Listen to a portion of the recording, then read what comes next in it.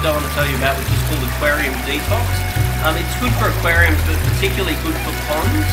Now, typically with a pond like this, you'll get an amount of sediment or sludge, which will form in the bottom of the pond.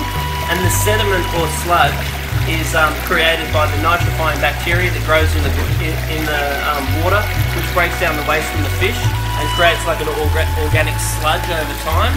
And quite often with a garden pond, it'll actually build up to be quite thick, and over time you can start to form what's called hydrogen sulfide underneath the sediment or the sludge that's building up, which is actually quite toxic to the fish if it's actually released.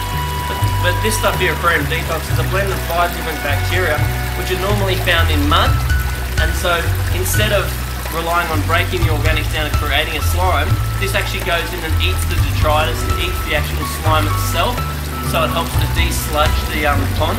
And I've put it in ponds before that are like, look that deep, and then I put a handful of this in, come back a few months later and found the pond's actually that deep, because this stuff's come alive and eaten all the sludge in the bottom of the pond.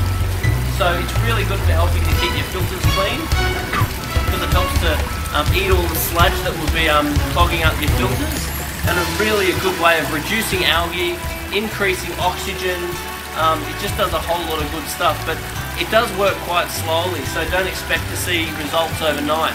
If you chuck like a handful of it into a pond and then give it a few months to work, and because it is bacteria from mud, it's not proper water bacteria, it does need to be topped up. So if you just repeat dose every 3 months, just to top up the strains that are in there, otherwise it will tend to die off.